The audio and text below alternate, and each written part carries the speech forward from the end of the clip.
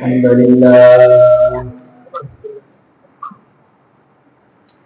الحمد لله الأكرم الذي خلق الإنسان وكرم وعلمه من البيان ما لم يعلم فسبحان الذي لا يحصى امتنانه باللسان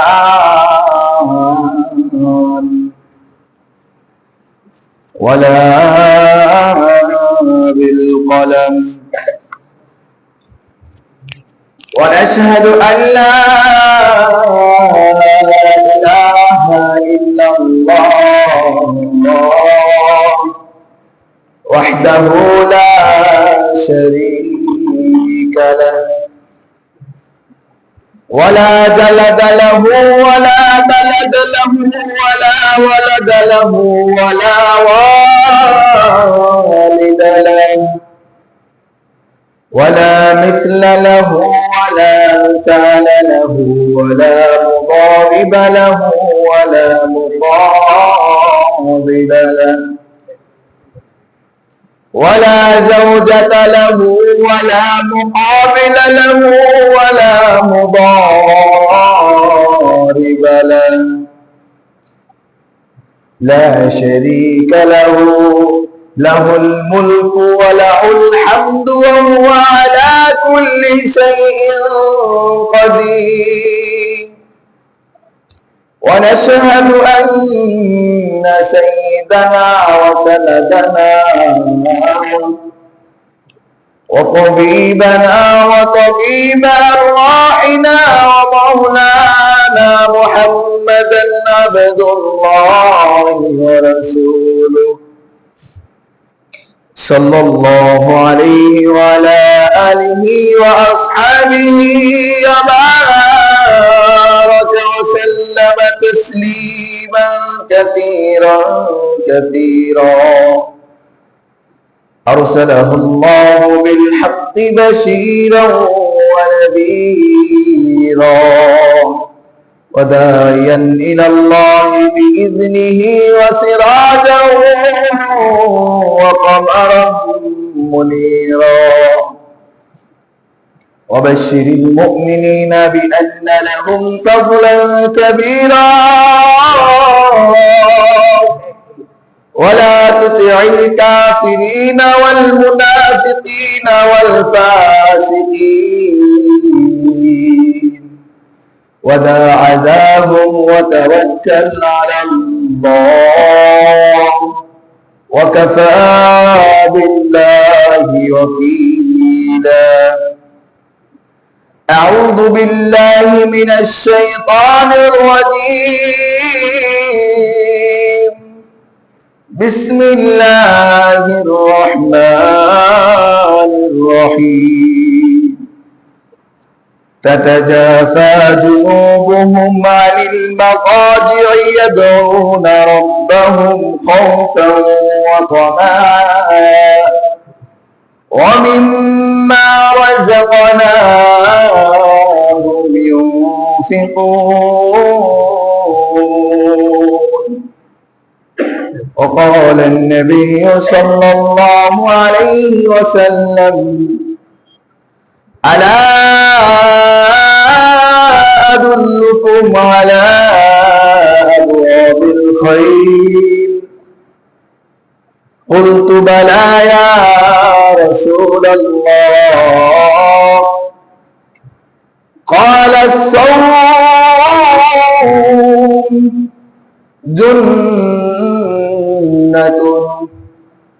والصدقة تفتئ الخطيئة كما يفتئ الماء النار وقيام العبد من الليل فقال النبي صلى الله عليه وسلم تتجافى جنوبهم عن المضاجع يدعون ربهم خوفا وطمعا إلى آخر الآية. صدق الله مولانا العظيم وصدق رسوله النبي الكريم، ونشهد على ذلك لمن الشاهدين والشاكرين. وقال الله تعالى في شأن حبيبه: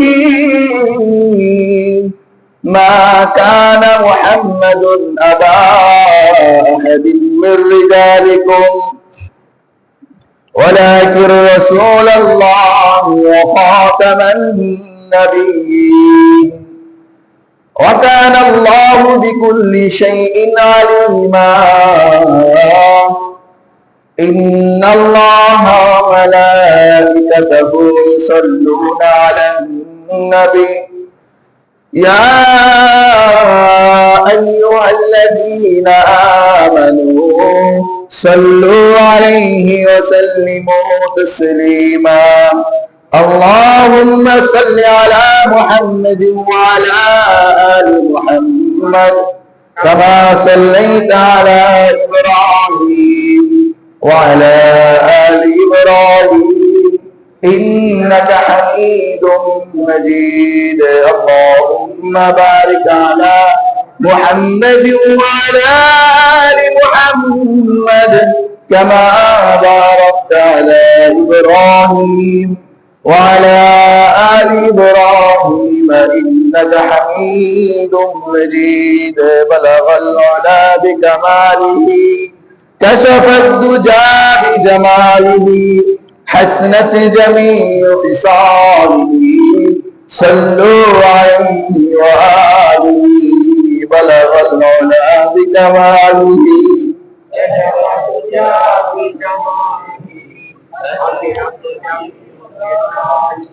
صلوا عليه وآله. سبحانك لا علم لنا إلا ما علمتنا إنك أنت العليم الحكيم. শুকরিয়া মহান রব্বুল ইজ্জতের দরবারে যে রব্বে কারীম আমাদেরকে রমজান মাস দান করছে, সুস্থতা দান করছে। রমজান মাসের দ্বিতীয় জুমা মসজিদে এসে বসার তৌফিক দান করেছেন জুমার নামাজের উদ্দেশ্য করে। এজন্য অন্তরের অন্তরস্থল থেকে মহব্বত নিয়ে, ভালোবাসা নিয়ে, দরদ মাখা কণ্ঠে উচ্চারণ করে বলি আলহামদুলিল্লাহ। মহান রব্বুল আলামিন একটা বছরকে 12টা মাস দিয়ে সাজাইছে। এই 12টা মাস দিয়ে সাজানো এটাও মালিকের কাজ। একটা বছরের ভিতরে 12টা মাস হবে, এটাও সাজাইছেন কে? আল্লাহ তাআলা সাজাইছেন। এই 12টা মাসের ভিতরে একটা মাস বান্দাকে দান করছে আল্লাহ তাআলা, এই জন্য যে বান্দা যেন এই মাসটার ভিতরে বিগত 11 মাসের গুনাহ গাতা, ভুল ত্রুটি, সমস্ত নকসানিকে ঘাটতি পূরণ করে উঠে আবার যেন একটা গুণামুক্ত জীবন যাপন, একটা গুণামুক্ত জীবন মালিকের কাছ থেকে চেয়ে নিতে পারে। একটা গুণামুক্ত জীবন, একটা ইবাদতের প্রতি একটা আকর্ষণ, ইবাদতের প্রতি একটা আগ্রহ, একটা উদ্দীপনা, ইবাদতের প্রতি একটা স্পৃহা তৈরি হয়। এই জন্য আল্লাহ তাআলা এই রমজানটা দান করছে। দেখেন, মানুষকে গুণামুক্ত জীবনের জন্য আল্লাহ কতটুকু সুযোগ সুবিধা করে দিছে এই মাসটার জন্য। এই মাসটা ব্যতীত অন্য 11 মাসে মানুষ গুনাহে লিপ্ত হয়, মানুষ অন্যায় করে, মানুষ ভুল ত্রুটি করে, শয়তানের ধোঁকায় পড়ে, ঠিক কিনা? আল্লাহ তাআলা চায় রে বান্দা, এই একটা মাসে বিগত 11 মাসের নোকসানি ত্রুটিগুলা পূর্ণ করো। যে কমতিগুলা তোমার জিন্দেগিতে ইবাদতের ভিতরে হয়েছে, সজ্জার ভিতরে হয়েছে, নামাজের ভিতরে হয়েছে, রোজার ভিতরে হয়েছে, এই সবগুলাকে তুমি ঘাটতিগুলাকে এই এক মাসে পূর্ণ করে ফেলো। এই জন্য আল্লাহ তাআলা নিজ দায়িত্বে, সুবহানাল্লাহ, আল্লাহ কত বড় মহান, আল্লাহ কত বড় মহান। দেখেন, আল্লাহ নিজ দায়িত্বে এই শয়তানকে রমজান শুরু হওয়ার সাথে সাথেই আবদ্ধ করে দিয়েছে। সুবহানাল্লাহ ওয়া বিহামদিহি। আমরা ফরিয়াদ করছি মালিক এই মাসের জন্য শয়তানকে আটকাও, করছি? কেউ ফরিয়াদ করছি? কেউ করি নেই। অথচ মালিক নিজ দায়িত্বে শয়তানকে অটোমেটিকলি আবদ্ধ করছে, বান্দাকে সুযোগ করে দিয়েছে। বান্দা 11 মাস তো বলেছিলি, এবার বান্দা 11 মাস তো আমি আল্লাহকে ওই পরিমাণ ডাকার দরকার ছিল, সেই পরিমাণ তুই ডাকাস নাই। এমন একটা জিন্দেগি দরকার ছিল, তুই সেই জিন্দেগি তুই গড়িস নাই। এমন কিছু আমল দিয়ে তোর আমল নামাকে পরিপূর্ণ করার দরকার ছিল, যেটা তুই করস নাই, করতে পারস নাই। শয়তানের ধোঁকায় পড়ে, মানুষের ধোঁকায় পড়ে যে কোনো কায়দায় তুই আমি আল্লাহকে বলেছিলি। তবে শোন, তোর জন্য একটা রমজান মাস দান করলাম, এই রমজান মাসকে নিয়ামত মনে করে এই রমজান মাসে এমন ভাবে নিজেকে ইবাদতের ভিতরে, আল্লাহর গোলামের ভিতরে লিপ্ত করো, নিয়োজিত করো, যে 11 মাসের ত্রুটি গুলা, এমন 11 মাসের ঘাটতি গুলা যেন 1 মাসে পূর্ণ হয়ে যায়। বলেন সুবহানাল্লাহ। মালিক কি ময়, মালিক কি দয়াময় রে দোস্ত। মালিক শুধু মাফ করতে চায়, তার বাহানা খুঁজে। মালিক শুধু বাহানা খুঁজে, আমার বান্দাকে আমি মাফ করতে চাই, আমার বান্দাকে আমি ক্ষমা করতে চাই। আরে বান্দারে তো আমি নিজে হাতে বানাইছি, কুন ফায়াকুন দিয়ে সমস্ত পৃথিবী বানাইছি। যখন যেটা মনে চাইছে আমি আল্লাহ কুন বলছি, ফায়াকুন সেটা হয়ে গেছে। কিন্তু বান্দা তোর ক্ষেত্রে না রে বান্দা, তোর ক্ষেত্রে একটু অন্যরকম। তোর জন্য জান্নাত সাজাইছি, তোর জন্য নাজ নিয়ামত প্রস্তুত করছি। তোর মনে যা চাই, মা তাশতাহিহিল আনফুস, তোর মনে যা চাইবে আমি সেই আল্লাহ তাই প্রস্তুত করছি তোকে ওই জান্নাতে দেওয়ার জন্য, ওই নাজ নিয়ামতের মধ্যে ঢোকার জন্য। এই জন্য বান্দা তোকে আমি কুন ফায়াকুন দিয়ে তৈরি করি না রে গোলাম। এই জন্য তোকে আমি খলাকতু বিয়াদাই, তোকে আমি নিজে হাতে বানাইছি, তোকে আমি নিজে হাতে বানাইছি। খলাকতুকা বিয়াদাই, তোরে আমি নিজে হাতে বানাইছি। আহা, অথচ জিন্দেগি, অথচ আমরা আহমদ, আমাদের জিন্দগির উপরে লানত। দোস্ত, জিন্দগির উপরে লানত। কি করলাম? অথচ আল্লাহ রাসূলের স্পষ্ট বাণী, স্পষ্ট বাণী আমরা সবাই জানি, সবারই মুখস্থ। এমন কোন রমজান যায় না, কোন মসজিদের খতিব এই হাদিসটা আপনাদের আমাদেরকে শোনায় না। আল্লাহ রাসূল সাল্লাল্লাহু আলাইহি সাল্লাম বলেন, যে ব্যক্তি রমজান পাইলো তার জীবনের গুনাহ মাফ করাইতে পারলো না, এই ব্যক্তি ধ্বংস। এই ব্যক্তি কি? কারণ কি? রমজানের মতো সুযোগ ফুরসত, এমন সুযোগ সুবিধা আল্লাহ তাআলা অন্য কোন মাসে বান্দার ক্ষমার জন্য রাখেন নাই। শয়তানকে আবদ্ধ করছে, সওয়াবের পাল্লাকে বৃদ্ধি করছে, গুনাহকে সংকুচিত করে দিয়েছে, নিয়ামত দিয়ে ভরপুর করে দিয়েছে। রমজান মাসে এমন কি মালিক বলেছে, যা রমজান মাসে যা কিছু ভোগ করবি আমি আল্লাহ হিসাব নিব না। আহা, কই পাইবা? এমন আল্লাহ কই পাইবা? হিসাব নেব না, তুই যা খাবি যা, আমার ইবাদতই তো করবি, যা খাবি আমি আল্লাহ হিসাব নেব না। তবে হারামের ভিতরে যাস না। একটা মাসের হিসাব নিবে না। কত ছাড় দিছে, কত কত ছাড় দিছে। দোস্ত, একটু শুয়ে শুয়ে চিন্তা করেন, কি করলাম, কি করা দরকার ছিল আমার, কি প্রস্তুত করতে বলছে মালিক, আর কি প্রস্তুত করতেছি আমরা। আফসোস লাগে, কষ্ট লাগে দেখলে, নামাজের মুসাল্লা গুলা দেখলে কষ্ট লাগে। জামাতের সময় মসজিদটা দেখলে দু চোখ বেয়ে কান্নার অশ্রু ধরে। হ্যাঁ দোস্ত, কবে বুঝবা এই জিন্দেগি যে স্থায়ী জিন্দেগি না, এই জিন্দেগি যে ছেড়ে চলে যাইতে হবে, কবে বুঝবা? পাশের থেকে বন্ধু চলে যাইতেছে না, সহপাঠী চলে যাচ্ছে না, একসাথে ঘুরতেছি, একসাথে ফিরতেছি, একজন চলে যাচ্ছে। এটা কি তোমার জন্য আমার জন্য শিক্ষা নয়? এটা কি তোমার জন্য আমার জন্য উপদেশ নয়? আমার অন্তরঙ্গ বন্ধু চলে গেল, আমারও তো যাইতে হবে।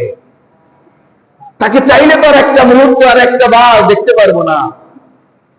সে তো চলে গেল আমাদের ছেড়ে। 10 বছর হোক, 20 বছর হোক, 50 বছরের পরে যদি মনে চায় যে তার সাথে একটু কথা বলবো, আর তো সম্ভব না। তার সাথে একটু মুসাফা করবো, আর তো পশ্চিম কালেও সম্ভব না। তার সংস্পর্শে কিছু সময় কাটাবো, আর তো সম্ভব না। ও দোস্ত, এর থেকে কি শিক্ষা নেওয়া যায় না যে আমারও চলে যাইতে হবে? চাইলেও আমার সাথে কেউ আর এগেইন চান্স দেখা করতে পারবে না। আমার সাথে চাইলেও আর কেউ আমার কথা শুনতে পারবে না। আমি চাইলেও আর দুনিয়ার কোনো মানুষের সঙ্গে, অন্তরঙ্গ বন্ধুর সঙ্গে, আমার ক্লোজ থেকে ক্লোজ অন্তরের বন্ধুর সঙ্গে আরেকটা মত বিনিময় করতে পারবো না। আমারও ডাক এখনই আসতে পারে, আমারই ডাক চলে আসতে পারে, অর্থাৎ মালিক দিছে চলে যাওয়ার প্রস্তুতি গ্রহণ করতে।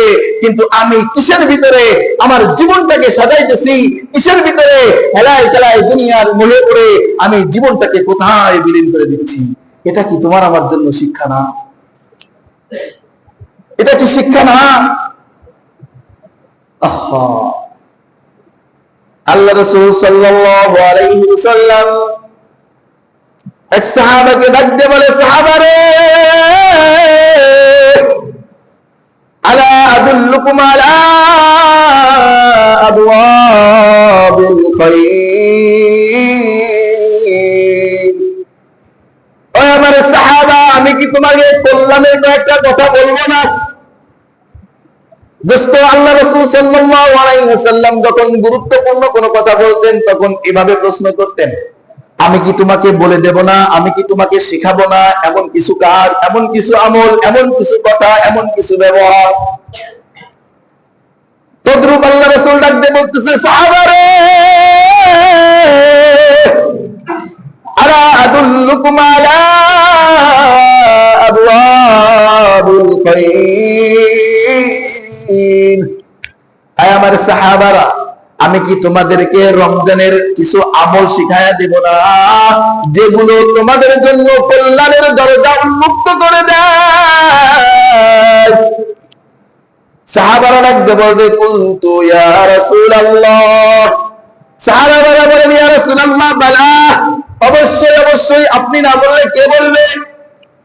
আপনি তো আমাদের কল্যাণের দিক দেখাইবেন, আপনি তো আমাদের সঠিক দিক দেখাইবেন, আপনি তো আমলের বার্তা আমাদের কাছে পৌঁছায় দিবেন। আপনি তো হাত হালাল, যেটা হালাল সেটা বলবেন, যেটা হক ওইটা বলবেন, যে পথে চললে নাজাতের পথ ওই পথ দেখাবেন। সিরাতে মুস্তাকিমের দিক নির্দেশনা তো রাসূলুল্লাহ আপনি দেখাবেন। আল্লাহ রাসূল সাল্লাল্লাহু আলাইহি ওয়াসাল্লাম বলেন, আমার সাহাবারা, তিনটা কথা, তিনটা কাজ আজকে থেকে আমল করবা, আর ছাড়বা না। ইয়া রাসূলুল্লাহ, কি তিনটা কাজ? আল্লাহ রাসূল সর্বপ্রথম বলেন, আলান নবী সাল্লাল্লাহু আলাইহি ওয়াসাল্লাম, as-সাওম, এক নম্বরে রোজা কোনো অবস্থাতেই ছাড়বা না। এক নম্বরে কি? এক নম্বরে কি? মুখ খুলে বলেন, এক নম্বরে কি? এক নম্বরে রোজা কোনো অবস্থাতেই ছাড়া। আজকের দুনিয়ার ভিতরে দেখলে দেখা যায় 50 বছর, 60 বছর, আরে 50-60 বছর তো বৃদ্ধ হয়ে গেছে, 25, 30, 40, 45 বছরের যুবক রোজা রাখে না, আছে না? একেবারে খোলা অজুহাত। শুনে রাখো, শুনে রাখো দোস্ত, তুমি মানুষের সামনে হয়তো অজুহাত দিয়ে বেঁচে যাবা।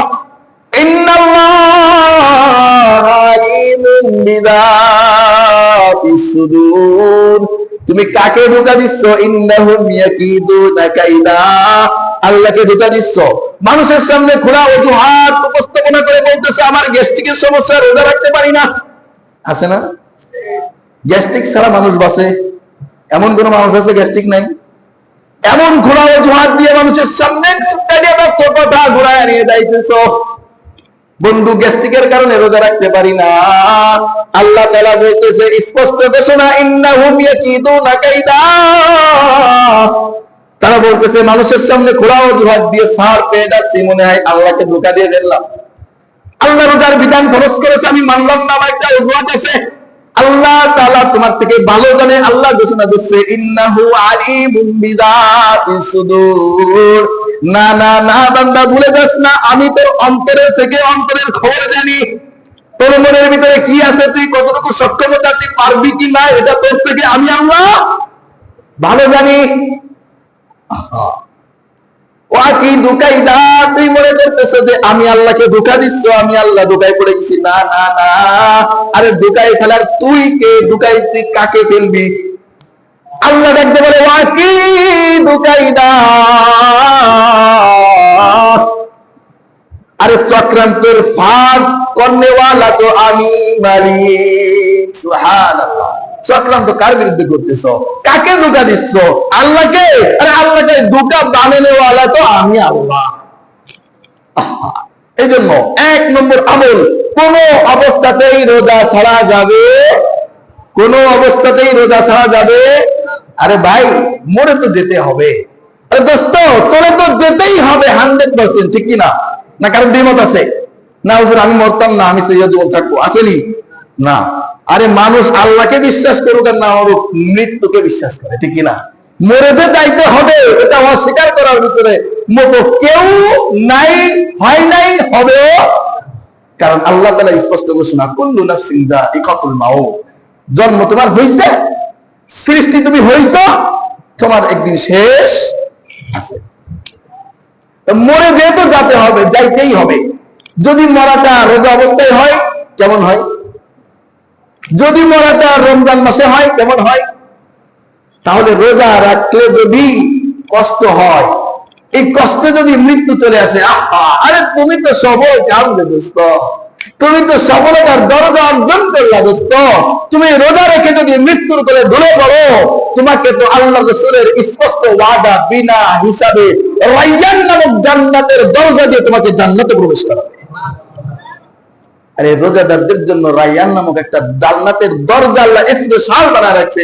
শুধুমাত্র রোজাদাররা প্রবেশ করতে পারবে, দ্বিতীয় কেউ প্রবেশ করবে না। তাহলে তুমি তো সফল। তোমার যদি কষ্ট হয় তাহলে তুমি রোজা বেশি করে রাখবা। অর্থাৎ কোন অবস্থাতেই খোলা অজুহাত দিয়ে কি করা যাবে না, রোজাকে ছেড়ে দেওয়া যাবে না। 2 নম্বর আল্লাহ রাসূল বলেন as-সাদাকা, রমজান মাসে বেশি থেকে বেশি দান করো, সদকা করো, মানুষকে খাওয়াও, এতিম দুঃখীর বস্ত্রের ব্যবস্থা করো, সদকার ব্যবস্থা করো, আত্মীয় স্বজনের ভিতরে ফিতরা আদায় করো। এর দ্বারা কি হবে? আল্লাহ রাসূল সাল্লাল্লাহু আলাইহি ওয়াসাল্লাম বলেন তুফতিউল খাতিয়া। 11 মাস তুমি গুনাহ করছো, ত্রুটিপূর্ণ আমল করছো, যথার্থ আমল তুমি করতে পারো নাই। আল্লাহ রাসূল বলেন সাদাকা, তুমি যদি সদকা দান করো, তুফতিউল খাতিয়া, তোমার 11 মাসের ত্রুটিপূর্ণ গুনাহ আল্লাহ তাআলা মুছে দিবেন। সুবহানাল্লাহ বলতেন না? তোমার সদকার দ্বারা তোমার জীবনের গুনাহ মুছে দিবে। কেমন গুনাহ মুছে দিবে? আল্লাহ রাসূল বলেন কামা ইউফতিউল মাউন নার। যদি একটা আগুন জ্বলতে থাকে, আগুনের ভিতরে পানি ঢেলে দেওয়া হয়, তাহলে আগুন কি আর বাকি থাকে? আল্লাহ রাসূল বলেন পানি যেমন আগুনকে নিমিষেই শেষ করে দেয়, তুমি যদি সদকা করো, রমজান মাসে দান করো, গরিব দুঃখী এতিমের মুখে খাবার তুলে দাও, বস্ত্রহীনদের বস্ত্রের ব্যবস্থা করো, আল্লাহ তাআলা তোমার এই সদকার বদৌলতে, আল্লাহ তাআলা তোমার এই দানের বদৌলতে তোমার জীবনের জিন্দেগির সমস্ত গুনাহগাতাগুলো মুছে দিবে। 2 নম্বর আমল কি পাইলাম? আল্লাহ রাসূলের একটা হাদিস, দেখেন as-সাদাকাতু তারুদ্দুল বালা। তুমি যদি দান করো, তুমি যদি বিপদে থাকো, তুমি যদি সমস্যায় থাকো, আল্লাহ রাসূল বলেছেন বেশি বেশি দান করো। বেশি বেশি দান করলে কি হবে? তোমার বিপদ আল্লাহ তাআলা দানের বদলে দূর করে দিবেন। সুবহানাল্লাহ। অসুস্থ দান করো, বিপদে দান করো, টেনশন দান করো, চিন্তিত দান করো, কেসের দিন দান করো। আল্লাহ রাসূলের ওয়াদা, তোমার এই দান যদি ইখলাস অনুযায়ী হয়, তোমার এই কষ্টকে, মুসিবতকে আল্লাহ তাআলা লাঘব করে দিবেন। সুবহানাল্লাহ। তাহলে 2 নম্বর আমল কি পাইলাম? বেশি বেশি সদকা করা, বেশি বেশি কি করা? দান করা, গোপনে দান করো। রোজাদার মানুষ কষ্ট করে, 5 ওয়াক্ত নামাজ পড়ে, কিন্তু পরিপূর্ণ ইফতার করতে পারে না। সুন্দর ফল দিয়ে তুমি 4 থেকে 5 প্রকার ফল দিয়ে ইফতারি করো, সে 1 প্রকার ফল খাইতে পারে না। আহা, তাকে তুমি গোপনে দান করো, তাকে তুমি গোপনে 2 কেজি ফল কিনে দিয়ে আসো ইফতারির জন্য, 2 কেজি খেজুর কিনে দিয়ে আসো, তার হাতের ভিতরে গোপনে দান করো, ভাইজান তুমি ইফতারি করো। তুমি যদি যাকাতের টাকা দিয়েও দাও, তবুও তোমার যাকাত আদায় হয়ে যাবে। সুবহানাল্লাহ। এজন্য দান অনেক বড় জিনিস। দান করতে হবে। বিপদে আছেন দান করেন, অসুস্থ আছেন দান করেন, টেনশনে আছে দান করেন। আল্লাহ রাসূলের স্পষ্ট ওয়াদা, তোমার যে কোনো বিপদ আল্লাহ তাআলা এই দানের বদলে দূর করে দিবেন। সুবহানাল্লাহ। 3 নম্বর ইবাদত, 3 নম্বর আমল, আল্লাহ রাসূল সাল্লাল্লাহু আলাইহি সাল্লাম বলেন, কিয়ামুল আবদি মিনাল লাইল। বান্দার রাতের নামাজ, বান্দার রাতের নামাজ মালিকের কাছে বড় প্রিয় রে। মালিক বড় মহব্বত করে বান্দা, যে বান্দা রাত্রে বেলায় আল্লাহর সামনে দাঁড়ায় যায়। এই নামাজ দ্বারা উদ্দেশ্য 3টা ব্যাখ্যা করছেন মুফাসসিরিনে কেরাম। কয়টা ব্যাখ্যা? মুহাদ্দিসিনে কেরাম এই কিয়ামুল লাইলের 3টা ব্যাখ্যা করছেন। কিয়ামুল আবদি মিনাল লাইল, রমজান মাসে 1 নম্বর আছে তারাবি। আফসোস লাগে, তারাবির কথা কি কইতাম তারাবির কথা। আজকের এই গুটি কয়েকজন হাতে গোনা মানুষ নিয়ে নামাজ পড়তে হয়। আরে ভাই, এর থেকে তো অক্তিও নামাজে মুসল্লি বেশি হয়। অথচ দুঃখের বিষয়, আফসোস আর পরিতাপের বিষয়, রমজান মাস মালিক দিল ইবাদতের জন্য, রমজান মাস মালিক দিল গুনাহ মাফের জন্য, রমজান মাস মালিক দিল তোমার আমার জিন্দেগিটাকে ইবাদতের সম্মুখে দাঁড় করানোর জন্য, আর তুমি আমি ইবাদত থেকে দূরে চলে যাইতেছি। আফসোস লাগে। কালকে দেখে তোমার কান্না এসে গেছে। কয়েকজন মুরব্বী, বাকিরা সব ছোট্ট ছোট্ট বাচ্চারা। এই বাচ্চাদেরকেও তো আপনারা উৎসাহিত করেন না। 20, 22, 25 বছর বয়স হয়ে গেছে, শিক্ষা নাই, আসলে শিক্ষা নাই। মসজিদে যে যাইতে হবে, নামাজ যে পড়তে হবে, নামাজ ছাড়া বিকল্প কোনো রাস্তা নাই, এই শিক্ষাটা পাই নাই। আজকে শিক্ষা পাইবো, আপনিও পান নাই, এই জন্য আপনারও টান নাই মসজিদের প্রতি, আপনার সন্তানের প্রতি আপনারও কোনো দায়িত্ববোধ নাই, এই জন্য আপনার সন্তান আজকে মসজিদ চিনে না, আপনার সন্তান আজকে রমজানের গুরুত্ব বোঝে না। নামাজের সময় দলে দলে আড্ডা মারে, গল্প গুজব করে, অথচ নামাজের গুরুত্ব তার ভিতরে নাই। কেন? এর ভিতরে সর্বপ্রথম কারণ আছে আপনার আমার দোষ। আমি আপনি সঠিক শিক্ষা, সঠিক বুঝটা সন্তানের ভিতরে ঢুকাইতে পারি নাই। অথচ দেখেন আল্লাহর ওলি যারা চলে গেছে, তাদের জিন্দেগি একটু খোলেন, একটু পড়েন, একটু পড়বেন, দেখবেন বাংলা অনেক চটি বই পাওয়া যায়। বলবেন যে হুজুর রমজান মাস বা এই সময় অনেক সময় ফ্রি থাকি, কি কিতাব পড়লে ভালো হয়, কোন বইটা পড়লে একটু শিক্ষা নিতে পারবো, এমন কিছু গল্প পড়েন, বই পড়েন, দেখবেন মনীষীদের জীবনী দেখবেন তারা কি করছে। শুধু আউলিয়া আর ওলি আল্লাহকে চিনলেন না, তাদের জিন্দেগি পড়েন, ওলি এমনি হয় নাই। আজকে পার্শ্ববর্তী দেশ ভারতের দিল্লিতে একটা মিনার আছে, কুতুব মিনার, দেখছে শুনছেন না সবাই? অনেকে তো দেখছেন। এই কুতুব মিনার কি লেগা হয়েছে জানেন? এই কুতুব মিনার কার নামে? কুতুব কেডা? এনার নাম হচ্ছে কুতুবউদ্দিন বখতিয়ার আল কাকি রাহিমাহুল্লাহ তাআলা। আজকে বাচ্চাদেরকে উৎসাহিত করেন না, ছেলেদেরকে শিক্ষা দেন না, অথচ দেখেন কুতুবউদ্দিন যখন ছোট্ট 4 বছরের শিশু, কয় বছরের শিশু? 4 বছরের শিশু, এই কুতুবউদ্দিন বখতিয়ার তার জিন্দেগি নিয়ে তার বাবা মা একদিন রাত্রে বইছে, স্ত্রী গো আসো, একটু কাছে আসো, বসো, আমার পাশে বসো, আমাদের বখতিয়ার, আমাদের এই কুতুবউদ্দিন বখতিয়ার তো বড় হইতেছে, একে তো আল্লাহ চিনাইতে হবে। সুবহানাল্লাহ। কাকে চিনাইতে হবে? আমাদের কুতুবউদ্দিন বড় হইতেছে, একে তো আল্লাহ চিনাইতে হবে।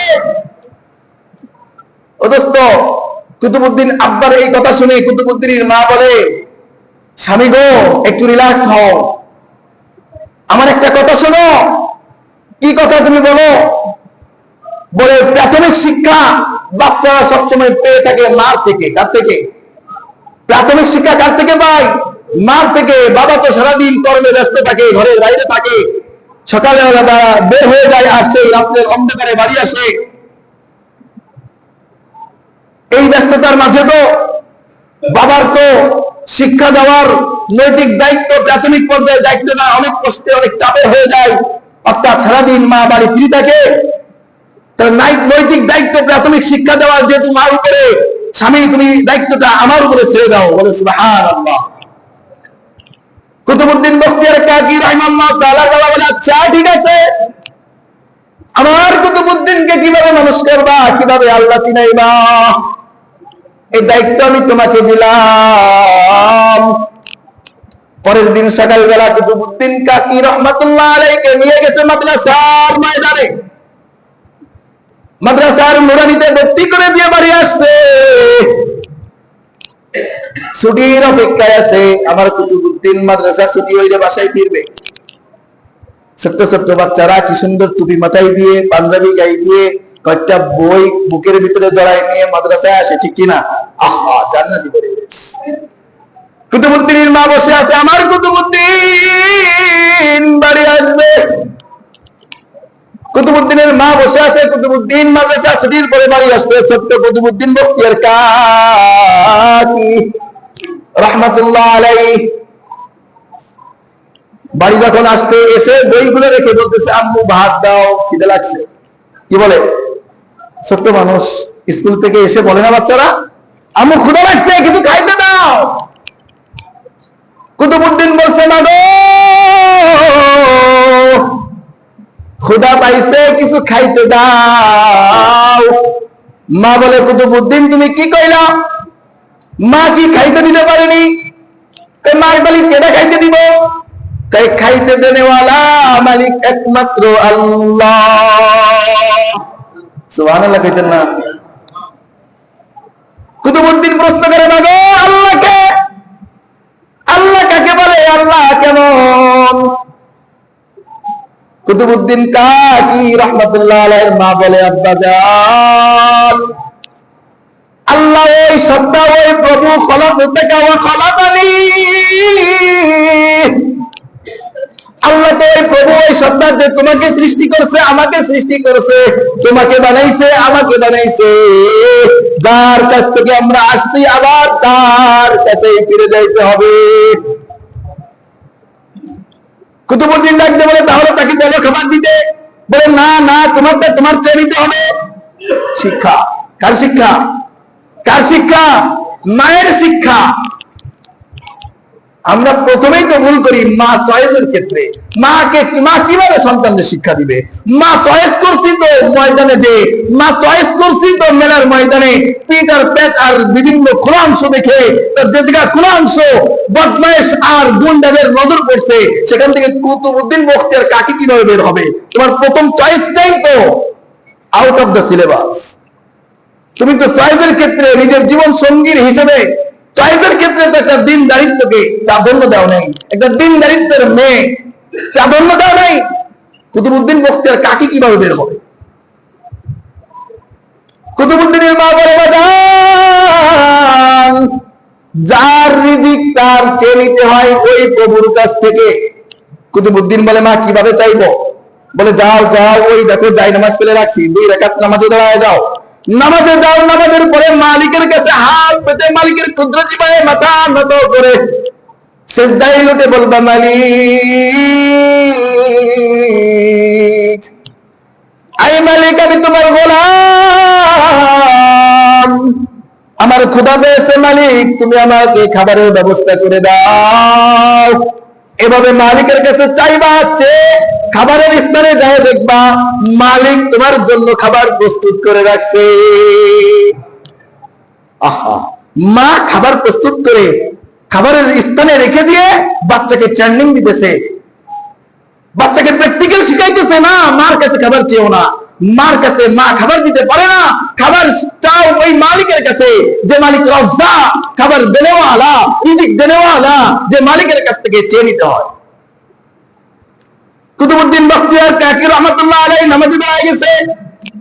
নামাজ শেষ করে মালিকের কাছে চাইতেছে, আল্লাহ তুমি বলে আমার প্রভু, ঠিক আছে, তাহলে তুমি তো আমার প্রভু, তোমার কাছেই চাইবো, তুমি আমাকে খাবারের ব্যবস্থা করো, আমার ক্ষুধা লাগছে। ব্যাস শর্টকাটে মেরে দিয়ে চলে গেছে খাবারের ওখানে।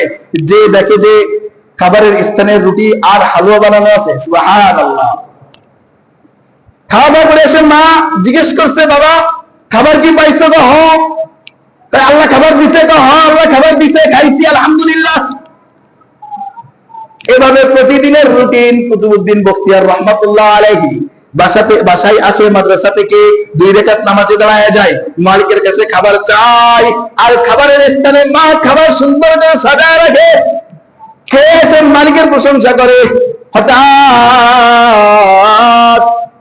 হঠাৎ একদিন মা কোনো কাজে ব্যস্ততার কারণে এক জায়গায় গেছে।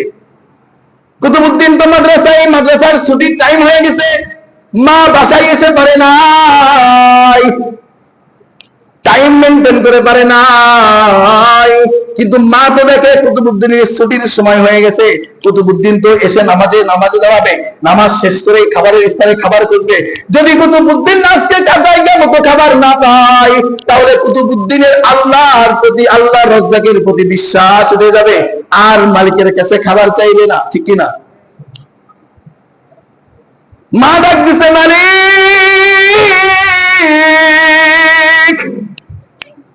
তাই রব্বুল আলামিন, আমি মা কলিজা মানে না, আমার সন্তান তুমি আল্লাহ রাজ্জাকিয়াতের উপর থেকে বিশ্বাস উঠায় নেবে। আল্লাহ তোমার কুতুবউদ্দিনকে তুমি হেফাজত করো গো মালিক। মা দোয়া করে সন্তানের জন্য, ডাক দিছে, আল্লাহ গো আমার কুতুবউদ্দিন যেন আজকে খালি মুখে তোমার উপরে বিশ্বাস না হারাই। মা দৌড়াইতেছে। কুতুবউদ্দিন মাদ্রাসা থেকে বাসায় এসে নামাজ শেষ করছে, নামাজ শেষ করে মালিকের কাছে খাবার চাই। আল্লাহ আজকে একটু বেশি ক্ষুধা পাইছে। সুবহানাল্লাহ। আজকে একটু বেশি ক্ষুধা পাইছে গো আল্লাহ, তুমি একটু খাবারের তাড়াতাড়ি ব্যবস্থা করো, ক্ষুধা সহ্য হচ্ছে না। মুনাজাত শেষ করে দৌড় দিয়ে রাকের ভিতরে চলে গেছে কুতুবউদ্দিন। যে দেখে আজকের খাবারের, অন্য দিনের খাবারের ভিতরে আকাশ পাতাল ডিফারেন্স। আজকের রুটিগুলা কেমন যেন একটা সুঘ্রাণ বের হচ্ছে, ঘর ভরে গেছে গ্রামের কারণে। কুতুবউদ্দিন বখতিয়ার রহমাতুল্লাহ আলাইহি পেটেও ক্ষুধা, খাবার নামাই নিয়ে বসে খাইছে। খাওয়ার পরে এমন স্বাদ পাইছে, মা দৌড়াইতে আসছে, এসে দেখে কুতুবউদ্দিন তার বিছনায় শুয়ে আছে। ডাক দিয়ে বলতেছে, বাবা মাদ্রাসা থেকে কখন আইলা? খাবার খাইবা না? আসো। বলে, কি কও? খাবার তো খাইছি। সুবহানাল্লাহ। মা গো খাবার তো আমি খাইছি। ও খাবার কই পাইলা? যেদিন প্রতিদিন যেখানে পাই, আজকেও তো সেখানে পাইছি। মা 2 চোখের পানি ছেড়ে দিচ্ছে, কাছে বাবা কি কও তুমি? হ্যাঁ মা, তুমি জানো না আজকে খাবারটা অতুলনীয় স্বাদ পাইছি গো মা, জীবনে কোনোদিন এমন স্বাদের খাবার খাই নাই। মা গো শুধু আমি খাই নাই মা, তোমার জন্য একটু রেখে দিয়েছি। সুবহানাল্লাহ, আল্লাহু আকবার। তোমার জন্য একটু রেখে দিয়েছি। কুতুবউদ্দিনকে ডাক দিয়ে বলে, মা আব্বা আয় আমার বুকে আয়। কুতুবউদ্দিনকে জড়ায় ধরে 2 চোখের পানি ছেড়ে দিয়ে মা ডাকতেছে, আল্লাহ আয় মালিক,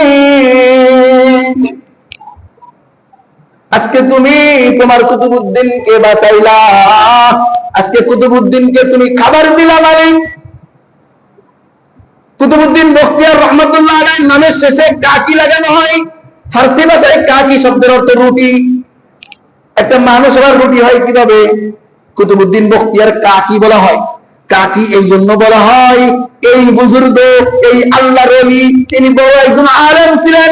এই আলেম আল্লাহর জান্নাতের রুটি দুনিয়ার জিন্দেগিতে খাইছে। কোথার রুটি? মা রেখে যাইতে পারে নাই, রাখছেন কে? আল্লাহ চিনাইছে। মা কি চিনাইছে? আল্লাহ চিনাইছে। সন্তানদেরকে সঠিক শিক্ষা দেওয়ার জন্য একটা উপযুক্ত মা দরকার। সন্তানকে মসজিদ চিনাইনের জন্য একটা বাবা দরকার। সন্তানকে নামাজ চিনানোর জন্য, আল্লাহ চিনানোর জন্য, ইবাদত চিনানোর জন্য একটা বাবা মা দরকার। বাবা মারই তো খবর নাই, সন্তান কিভাবে মসজিদ চিনবে, সন্তান কিভাবে রাস্তাঘাট চিনবে, সন্তান কিভাবে হালাল হারাম চিনবে? বাবাই তো হারামের ভিতরে লিপ্ত, ঠিক কিনা?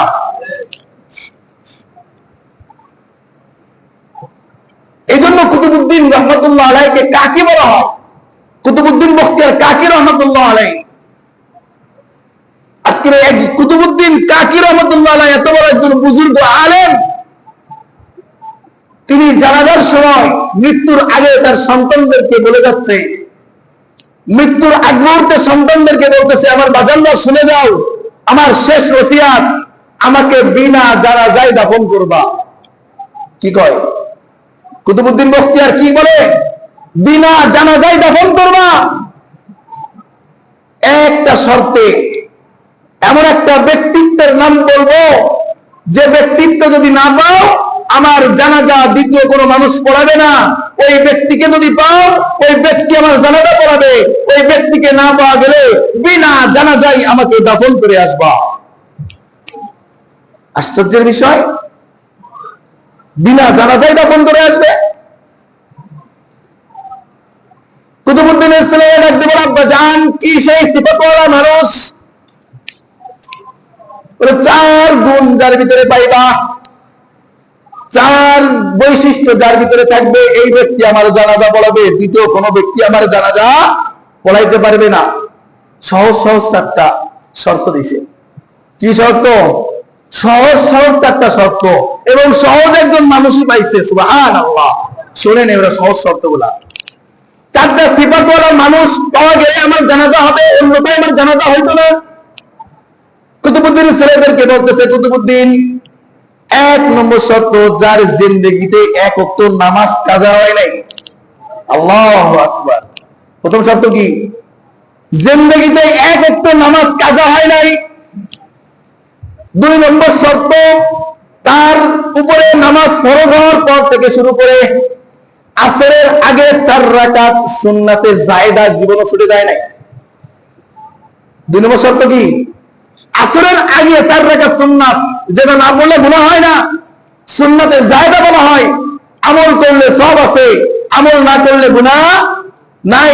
জোহরের আগে যেমন 4 রাকাত সুন্নাত না পড়লে গুনাহ হয়, আসরের আগে 4 রাকাত সুন্নাত না পড়লে গুনাহ হয় না, কিন্তু পড়লে মর্তবা বাড়াইবেন যিনি, তিনি কে? আল্লাহ। দুই নম্বর শর্ত, আসরের 4 রাকাত সুন্নাত ছুটে যায় নাই। তিন নম্বর শর্ত, যে ব্যক্তির জিন্দেগিতে কোনোদিন তাহাজ্জুদ ছুটে যায় নাই। সহজ না একেবারে আমল? একেবারে সহজ না? ফরজ নামাজের খবর নাই, তাহাজ্জুদ কি যে কোন আপনি? আরে এমন একজন ব্যক্তি পাওয়া গেছে, আমার আপনার থেকে অনেক নগণ্য, দেখেন একটু লেট করে। তিন নম্বর শর্ত, যার জিন্দেগিতে একদিনের জন্য তাহাজ্জুদ ছুটে নাই। এক ব্যক্তির ভিতরে পাইতে হবে, বিভিন্ন ব্যক্তি হইলে হবে না। এই 7টা সিফাত একজন ব্যক্তির ভিতরে থাকতে হবে। এক নম্বরে কি বলছি? 5 ওয়াক্ত নামাজ জীবনে কোনোদিন কাজা, 1 ওয়াক্ত নামাজও কাজা হয় নাই। 2 নম্বর 4 রাকাত সুন্নাত আসরের পূর্বে কোনোদিনও ছুটে যায় নাই। 3 নম্বর তাহাজ্জুদ নামাজ ছুটে নাই। 4 নম্বর যে শর্তটা দিয়েছে, যুবক ভালো করে শোনো, জীবনে কোন নগ্ন মহিলার দিকে তাকাইয়া মনের ভিতরে খারাপ ধারণা আনে নাই। কোন বেপরদা মহিলার দিকে, মেয়ের দিকে তাকায়া মনের ভিতরে খারাপ কোন কল্পনা জল্পনা করে নাই। এমন ব্যক্তিত্ব, এই 4 গুণওয়ালা, 4 সিফাতওয়ালা ব্যক্তিত্ব যে হবে, এইটি একমাত্র আমি কুতুবউদ্দিন বখতিয়ার কাকি রহমতুল্লাহ আলাইহির জানাজার ইমামতি করবে। এমন ব্যক্তিত্ব যদি না পাওয়া যায়, বিনা জানাজায় আমি কুতুবউদ্দিনকে দাফন করবা। মানুষের মতো মানুষ। দেখেন, সাধারণ পাবলিকের ভিতরে এই সিফাতটা আছে, সাধারণ একজন পাবলিক, অথচ তিনি একজন বড় আলেম। আচ্ছা, এই গুণওয়ালা, 4 গুণওয়ালা সিফাতওয়ালা মানুষ আছে না নাই, এটা না জেনে উনি শর্ত দিছে, নাকি জানার পরে শর্ত দিছে?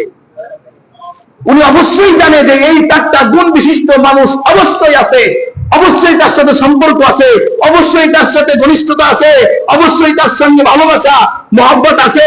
এই জন্য এই শর্তগুলো করছে, ঠিক কিনা বলেন? জানাজাকে সামনে নিয়ে আসছে, কুতুবউদ্দিনের ছেলেরা ঘোষণা করছে যে না, আজকে আমার বাবার জানাজা হবে না। যদি এই 4 গুণওয়ালা কোন বৈশিষ্ট্যওয়ালা কোন মানুষ যদি আজকে না পাওয়া যায়, আমার বাবার শেষ ওসিয়াত যদি না পাই, আমার বাবাকে বিনা জানাজায় দাফন করব। তখন এই ঘোষণা দিছে, হাজার হাজার মানুষ জানাজায় উপস্থিত।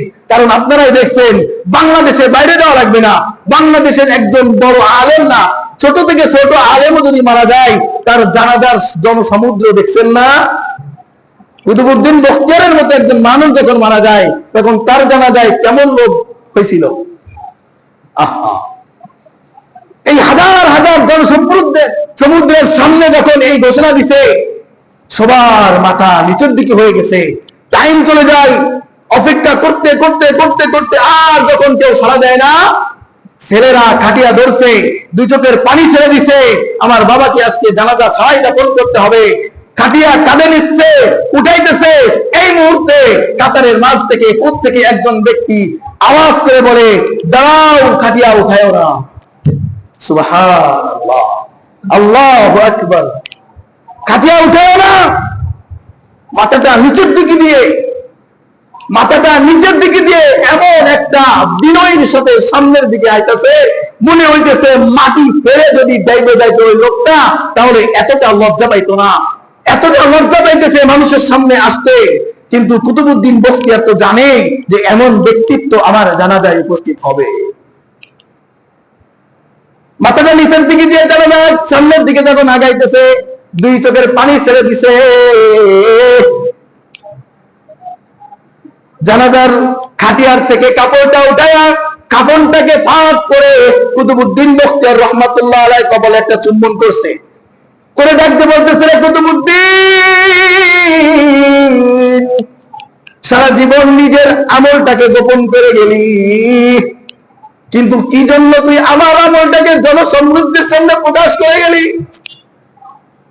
তুই তো মালিকের কাছে নৈকট্য প্রাপ্ত হয়ে গেলি, নিজের আমল দিয়ে মালিকের নৈকট্য লাভ করলি, কিন্তু তুই কেন জনসমৃদ্ধির সামনে আমার আমলগুলো ফাঁস করে গেলি? শোন কুতুবউদ্দিন, কাকে বলতেছে? কুতুবউদ্দিনকে বলতেছে, শোন, একটা শর্তে তোকেও আমি জানাজা পড়াবো। শর্তটা হচ্ছে, কাল কিয়ামতের ময়দানে মালিক যখন তোকে ঘোষণা করবে, কুতুব যা, তোকে মাফ করে দিলাম, তোকে ক্ষমা করে দিলাম। শোন কুতুবউদ্দিন, সেদিন তুই আমাকে ছেড়ে যাবি না।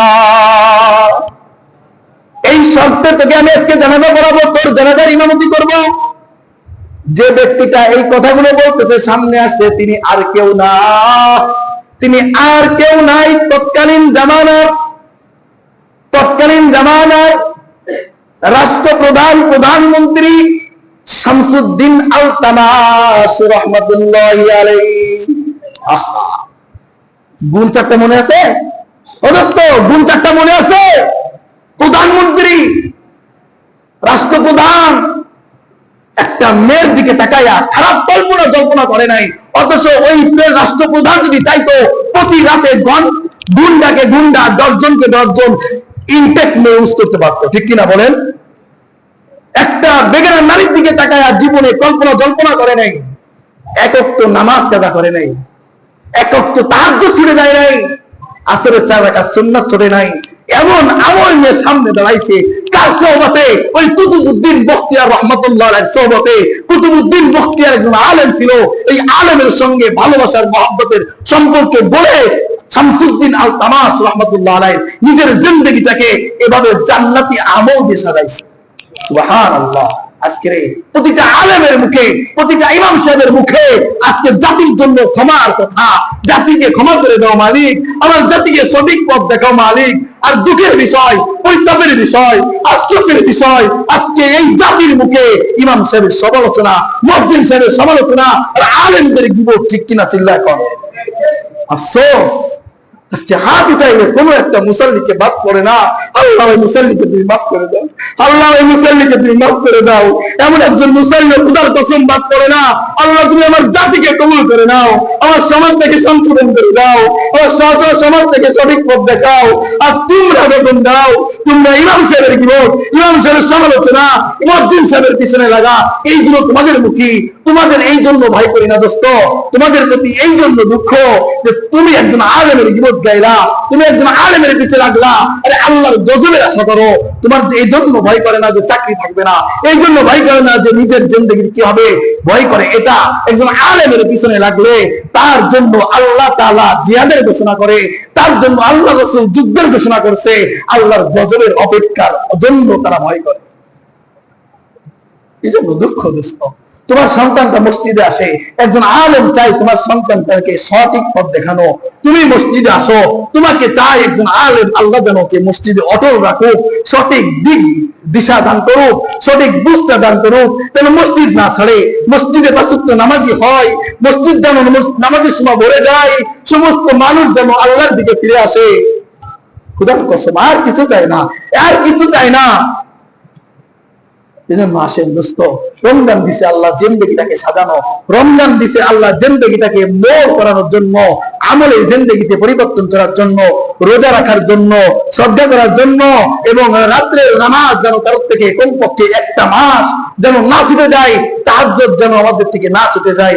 আল্লাহ তাআলা আমাদের সবাইকে পরিপূর্ণ আমল দিয়ে, নেককার আমল দিয়ে, যে আমল আল্লাহ কবুল করেন, যে আমল আল্লাহ পছন্দ করেন, বিদআত মুক্ত আমল দিয়ে নিজেদের জিন্দেগিটাকে সাজানোর গোছানোর তৌফিক দান করুন। সবাই বলি আমিন। ওয়া আখিরু দাওয়ানা আলহামদুলিল্লাহি রাব্বিল আলামিন। যারা সুন্নাত পড়ায় চাঁদা কাট কবুল সুন্নাত দেয়।